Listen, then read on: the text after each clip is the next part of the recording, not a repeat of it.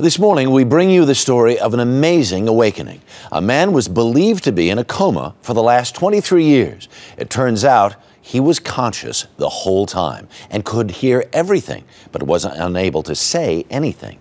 CBS News correspondent Elizabeth Palmer is in London with details. Elizabeth, good morning. Good morning, Harry. Yes, this is an extraordinary tale of a man in Belgium who came to the attention of researchers at the University of Liège who had been studying patients who were apparently completely unresponsive.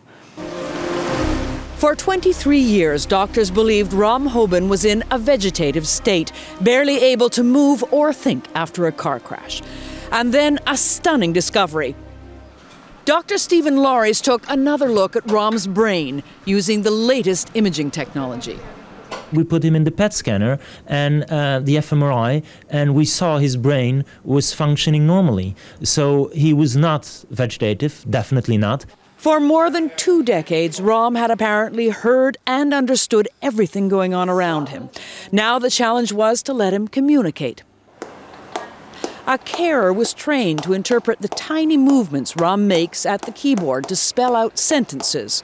For Rom, it was a liberation. "I shall never forget the day when they discovered what was really wrong with me," he wrote. "It was my second birth." Rom's mother, Fima, proud to show photos of him before the accident, never stopped believing he was conscious. He couldn't communicate, but I knew, she says, I could tell when he was in a bad mood or when he was in pain. A mother's diagnosis that turned out to be right, and a patient who had to wait more than 20 years for medical science to agree. Now, Rom's case is exceptional, but Dr. Lauries' team found out that 40% of the patients diagnosed as vegetative in his study were, to some extent, misdiagnosed. Wow, Harry? 40%. Elizabeth Palmer in London this morning, thank you. So interesting. Joining us now, Dr. Jennifer Ashton.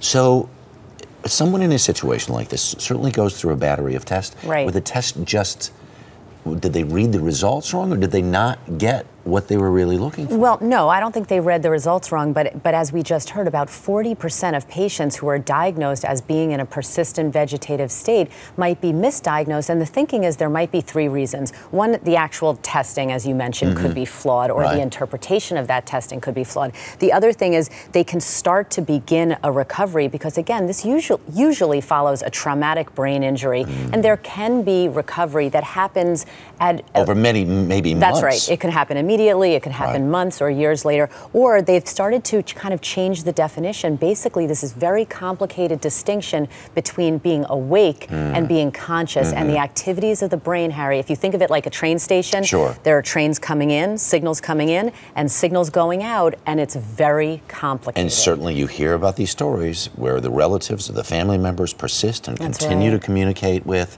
and then maybe it's 5 years, maybe it's 10 years, maybe it's 23 years. Right, but we also have to be clear, the recovery is usually not 100%. It's not going to be, he's not going to jump out of bed. No. Right, exactly right.